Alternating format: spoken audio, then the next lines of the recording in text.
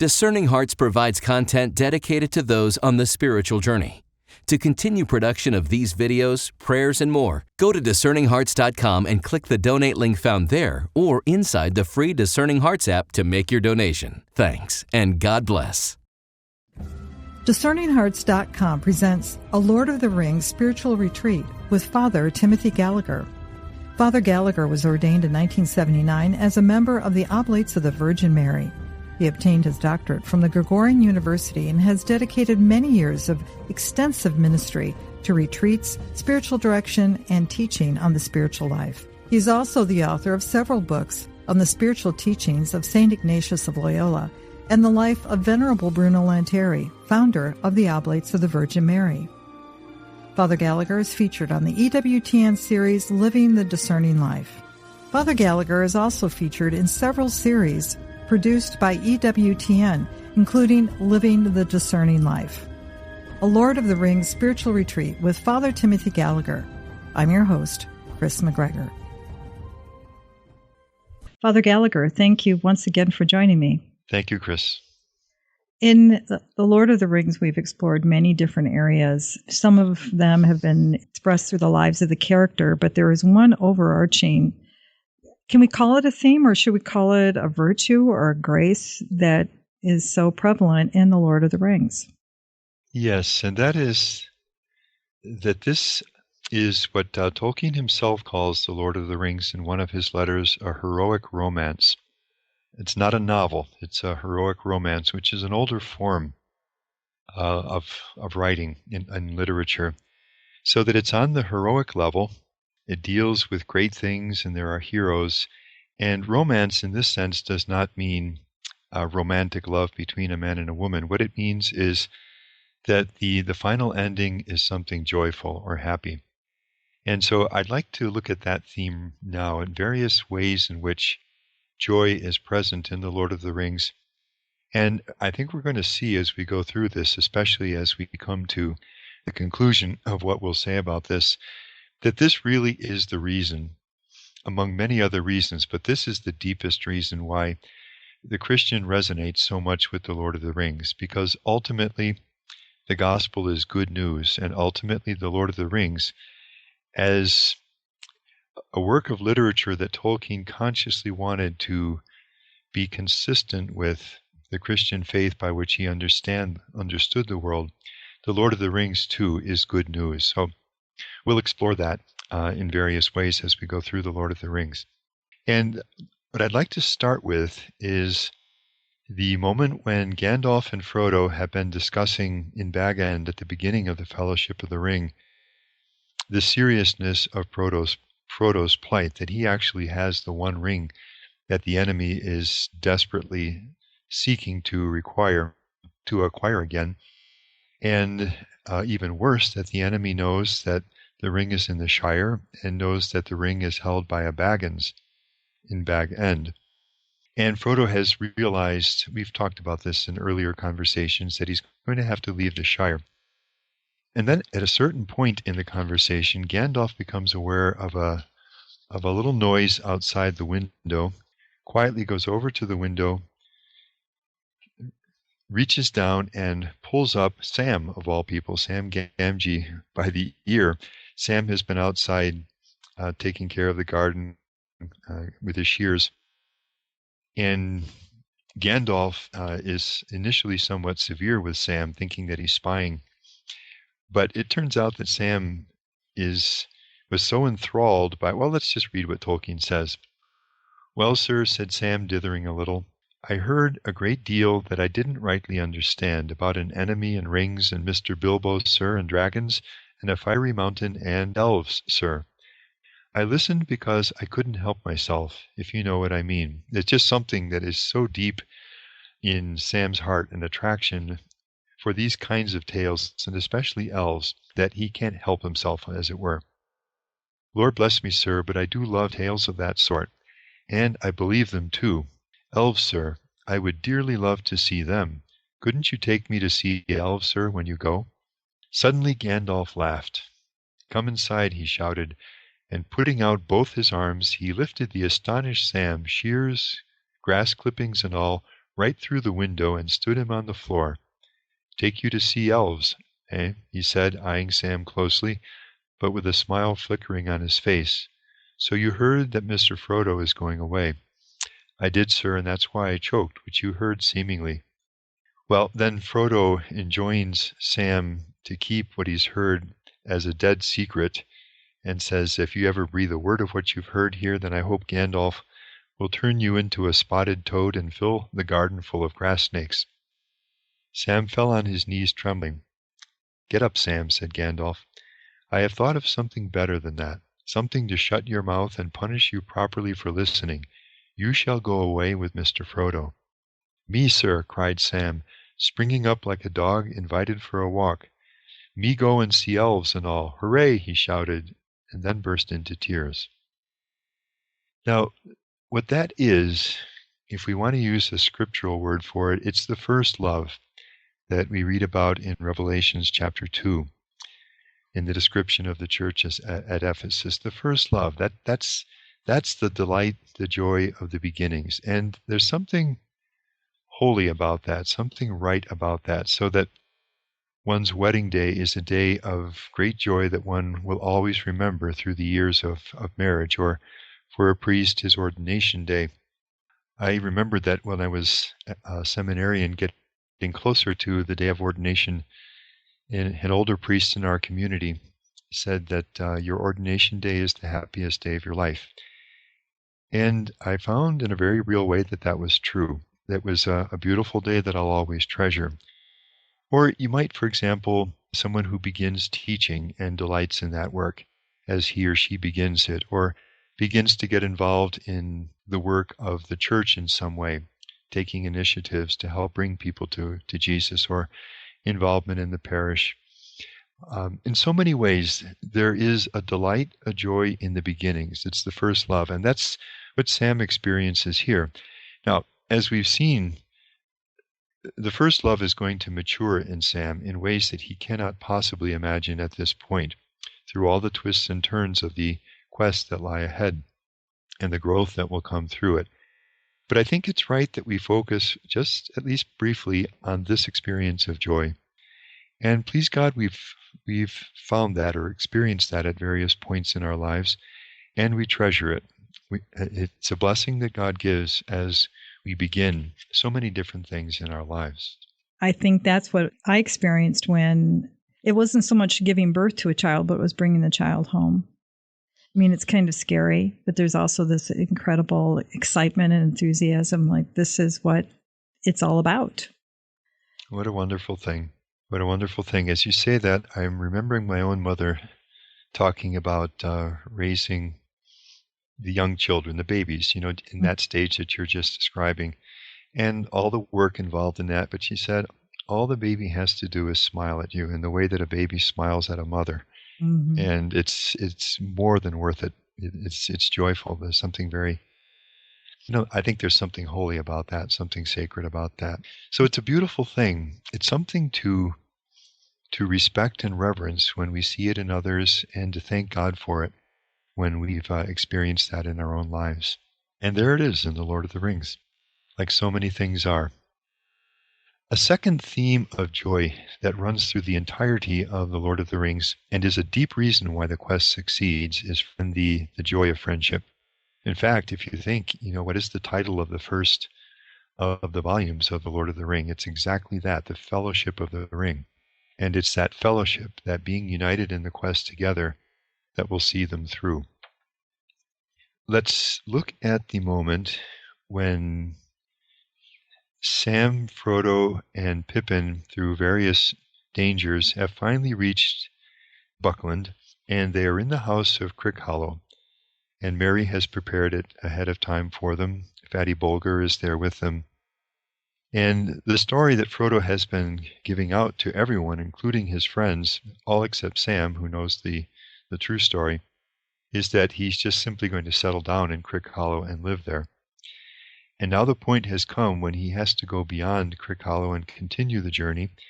And so he needs to reveal to the other hobbits that he's going to be leaving them, and immediately, actually, the next day. Well, as you know the story, of course, to his great surprise and utter amazement, he finds out that they know the entire story already. And they've picked up bits of information here or there as they've watched Frodo. And Sam has been the chief source of information for them. They even know about the ring. One of them's even seen it on one occasion. So Frodo is just aghast that his doings are so known to them, afraid that they're known by others, and is insisting now that nonetheless he has to leave them behind and set off alone with Sam. And the others tell him they're not leaving him, they're coming with him. And so Merry says this to Frodo: "You can trust us to stick to you through thick and thin, to the bitter end." There's the friendship or the fellowship. "And you can trust us to keep any secret of yours closer than you keep it yourself. But you cannot trust us to let you face trouble alone and go off without a word." What a rich thing to be able to say to a friend, family member, someone who's part of a Christian fellowship. You cannot trust us to let you face trouble alone and go off without a word. We are your friends, Frodo. Anyway, there it is. We know most of what Gandalf has told you. We know a good deal about the ring. We are horribly afraid, but we are coming with you or following you like hounds. And then Sam reminds Frodo that Gildor the elf had said that Frodo ought to take along with him those who were willing to come with him. So now Frodo says this: "You are a set of deceitful scoundrels," he said, turning to the others. "But bless you," he laughed, getting up and waving his arms. "I give in. I will take Gildor's advice. If the danger were not so dark, I should dance for joy. Even so, I cannot help feeling happy, happier than I have felt for a long time." It's the joy and the strength of real friendship along the way in the journey. A little bit later, when the Council of Elrond takes place in Rivendell, and it's decided that Frodo will take the ring to Mordor, 8 companions need to be found. So there'll be 9 walkers in the fellowship to match the 9 Black Riders or Nazgul of the enemy. And 7 now have been chosen, 2 more remain to be found. And Elrond decides that he's going to look for some in his household. Now Pippin and Merry have not yet been chosen, Sam and Frodo, but not Merry and Pippin. "But that will leave no place for us," cried Pippin in dismay. "We don't want to be left behind. We want to go with Frodo." "That is because you do not understand and cannot imagine what lies ahead," said Elrond. And now here's the intervention. "Neither does Frodo," said Gandalf, unexpectedly supporting Pippin. "Neither do any of us see clearly. It is true that if these hobbits understood the danger, they would not dare to go. But they would still wish to go, or wish that they dared, and be shamed and unhappy. I think, Elrond, that in this matter it would be well to trust rather to their friendship than to great wisdom. Even if you choose for us an elf lord such as Glorfindel, he could not storm the Dark Tower, nor open the road to the fire by the power that is in him." And Elrond accepts what Gandalf has said here. And there's Gandalf's wisdom, that in this matter, more than great wisdom or power, what is going to see the quest through is friendship. And Pippin and Merry, who do not have any high stature or great power in any way, are deeply friends of Frodo. And so because of that, they will be part of the quest, and as we know, as the story unfolds, will play a key part along in a number of ways as the story unfolds. All right, then this is a jump in the story almost toward the end of it. And we're now at the Grey Havens. Frodo has taken the ship with Gandalf and Galadriel and Elrond and Bilbo and the others. Sam stands watching. Sam is there with Pippin and Merry. And Sam watches as the ship disappears into the darkness. There still he stood far into the night, hearing only the sigh and murmur of the waves on the shores of Middle-earth, and the sound of them sank deep into his heart. Beside him stood Merry and Pippin, and they were silent. At last the 3 companions turned away, and never again looking back, they rode slowly homeward, and they spoke no word to one another until they came back to the Shire, but each had great comfort in his friends on the long gray road. Do you know, Chris, it occurs to me, again, to use Tolkien's category of applicability, the long gray road. Sometimes that's what life can seem to us, or at least periods in our life, or as we look at things happening in the world. But each had great comfort in his friends on the long gray road. Ultimately, that is why Jesus founded a church. We're not meant to walk the road of salvation alone. We're intended to be a fellowship, to be friends in the Lord, and to support and strengthen each other along the way. So there is great hope for us in that, and I would say also a call for us to receive and to give friendship as we walk that journey together through life. It's among the greatest gifts that we could ever give to anyone else. That's a really important point, that not only just to be a friend, but to receive it, to receive friendship. And that can be a struggle for some, maybe because of broken relationships in the past, trust issues. I mean, there's a myriad of different things. But there's a risk in receiving that. And you almost see that hesitancy in Frodo, don't you? When they initially wanted to travel with him, because there's almost a risk. You know, there's a whole lot of different levels. Like, will I have to care for them? I'm concerned for them. That somehow it's easier to be self-reliant.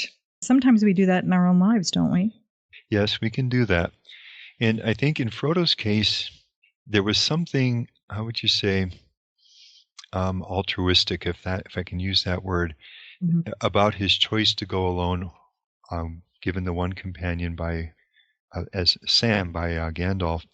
But it was the desire to spare the darkness of the journey to the others who were his friends. And you see that in his whole resistance to their coming with him. But then what changes, he says to Merry and Pippin and the others, even so, if the danger were not so dark, I should dance for joy. Even so, I cannot help feeling happy, happier than I have felt for a long time.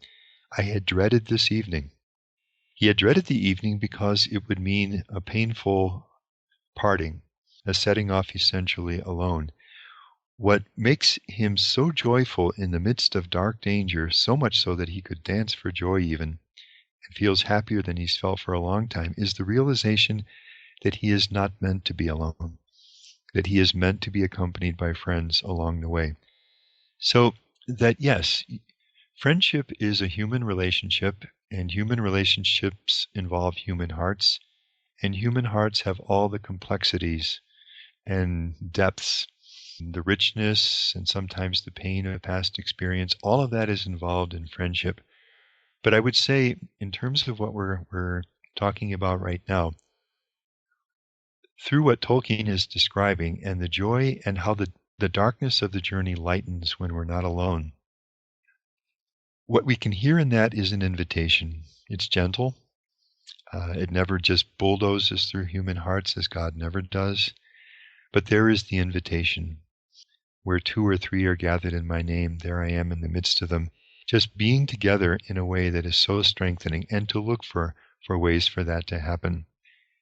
I would say that in the long term, what's going to sustain us on the journey of faith, the Christian journey through life, is being accompanied in this way. And there's so many different levels of accompaniment.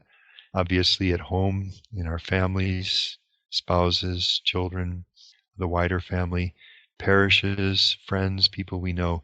But to be accompanied, it's worth what? Worth the risk, if we want to speak about it as a risk, or the effort, or the reaching out, because it's going to sustain us along the way. And really, that's what Jesus intends. In fact, when he gathers the 12 disciples around him on Holy Thursday night, that's exactly what he says to them. I have called you friends. And that's what he intends them to be in their relationship with him and with each other. Now, there's another friendship which is remarkable in the Lord of the Rings, and that is the unexpected friendship that develops between the elf Legolas and Gimli the dwarf.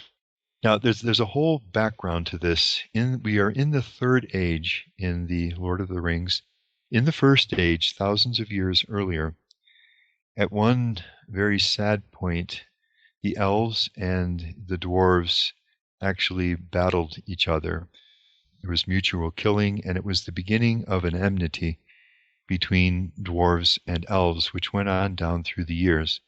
There was one exception, and that was, you remember when they're trying to enter the gate of Moria, and they're trying to find the password, and it turns out that the password is the word friend.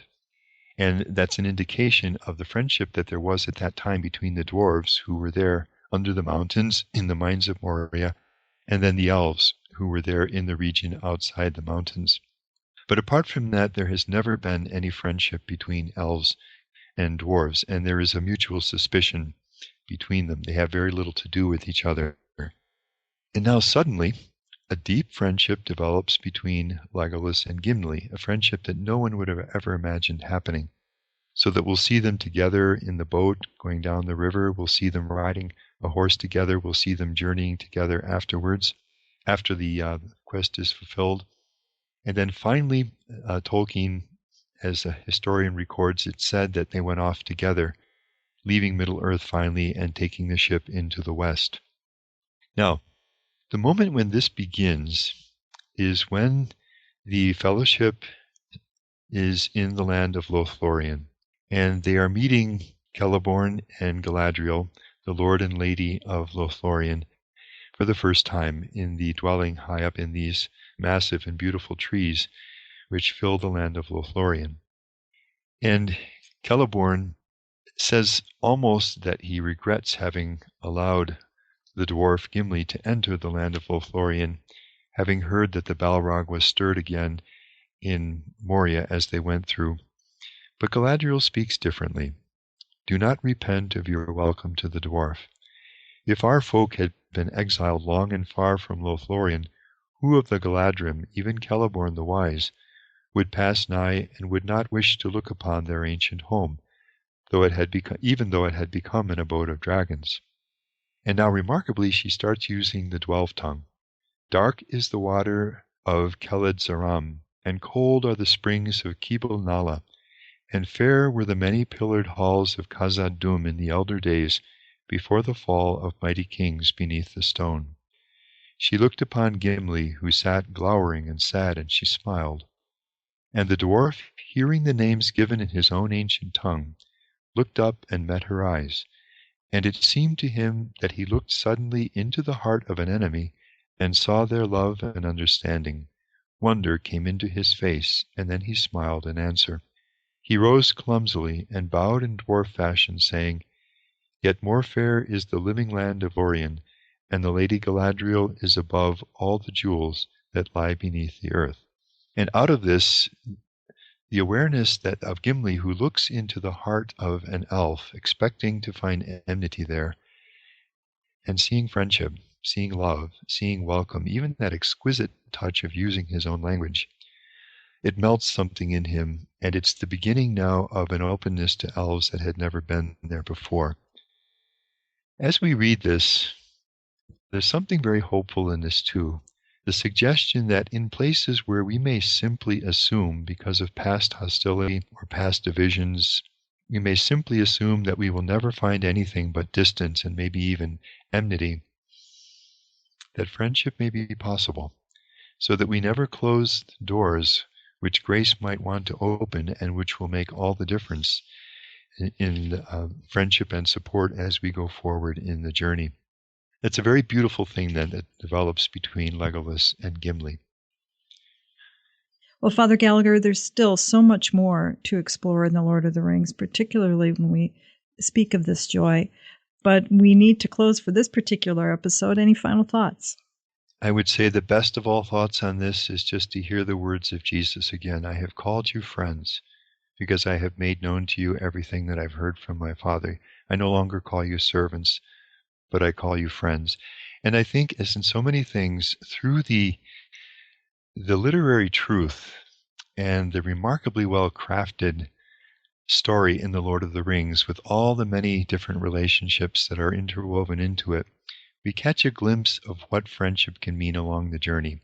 And we hear there an invitation to hope and to know that there is support and strength along the way. It's beautiful. Thank you so much, Father Gallagher. Thank you, Chris. You've been listening to A Lord of the Rings Spiritual Retreat with Father Timothy Gallagher.